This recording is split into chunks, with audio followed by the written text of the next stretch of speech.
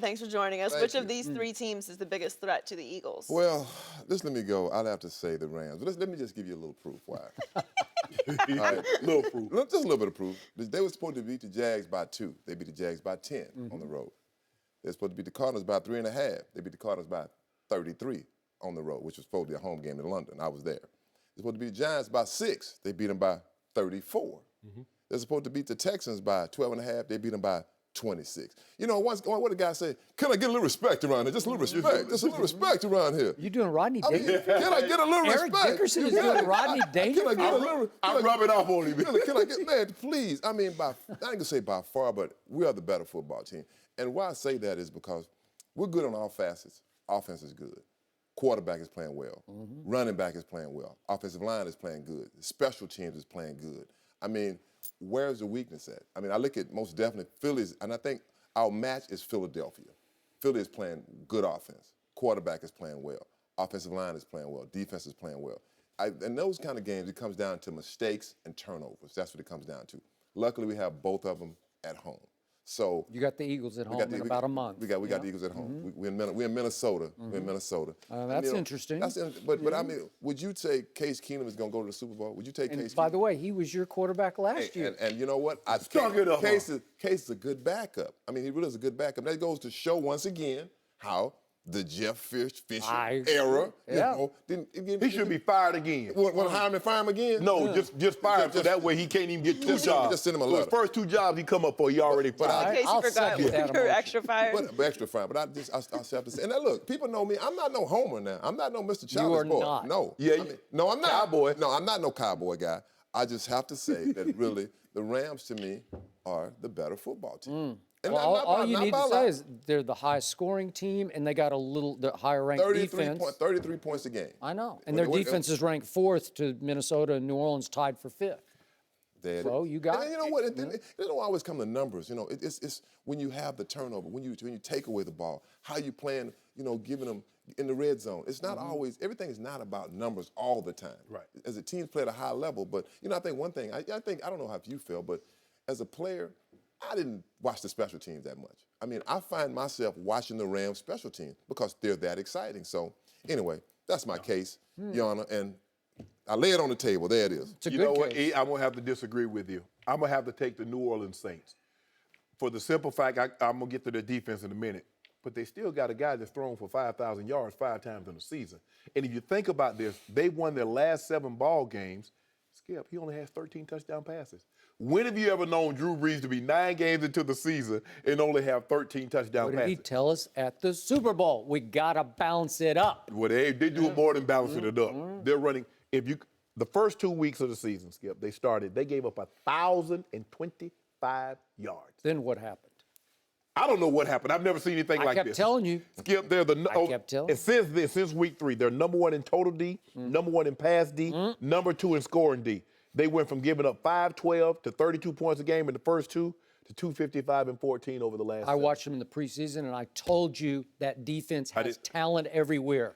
And for some reason, it fell flat on its face at Minnesota in the opener, and it couldn't get up off its face when Tom Brady visited the next week. And then all of a sudden, here it came, and here they came. And they removed Adrian Peterson. They did. And you look at Mark Ingram, and you look at Kamara.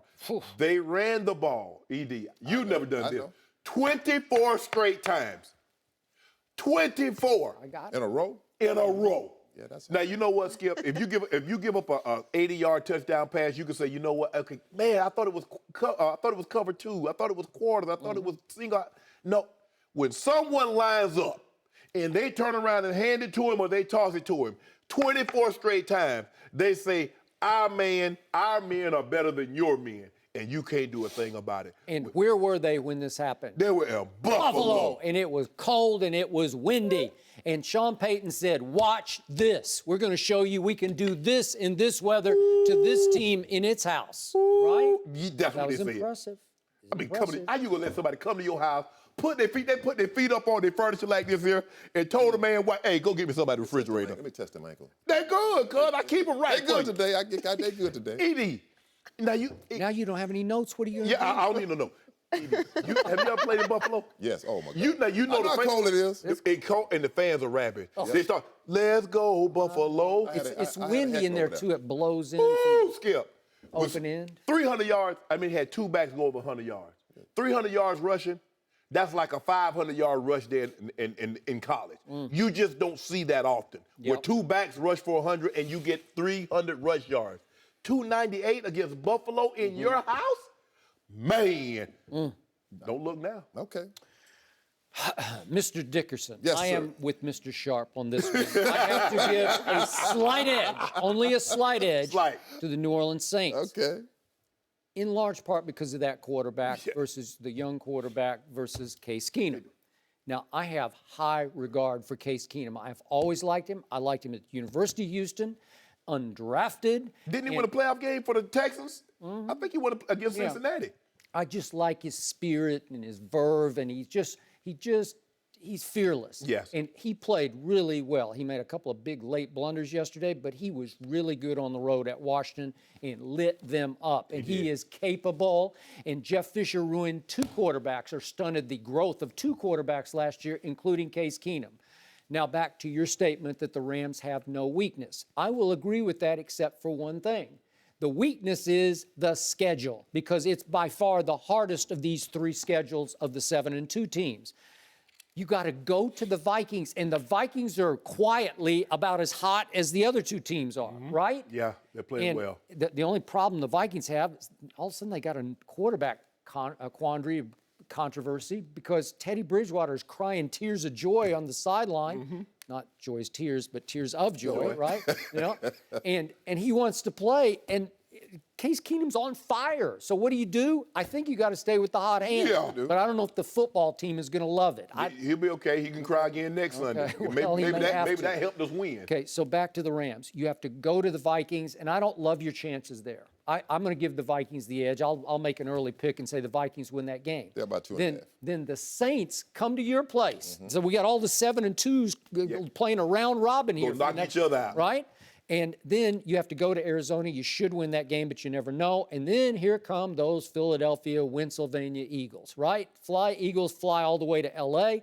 Then you have to go to the Seahawks, and I still think it's big brother, little brother, even without Richard Sherman. Then you have to go to the Titans, which beat the Seahawks at Tennessee. And you get one gimme. I think at the end of the year, it's your arch rival from the division, the 49ers. Help me out. What happened up at San Francisco? And that, was it a Thursday night game? Yeah. Did we win? It was a shootout. Did we win? But wasn't it like Did we 41 to win? 39? Did we win? Huh? Did we win? You barely Did won. we win? Thanks for watching. Subscribe here to get the latest from the show. Be sure to check out more of the best clips from Undisputed, or go watch a few segments from the newest show on FS1, First Things First, with Chris Carter and Nick Wright.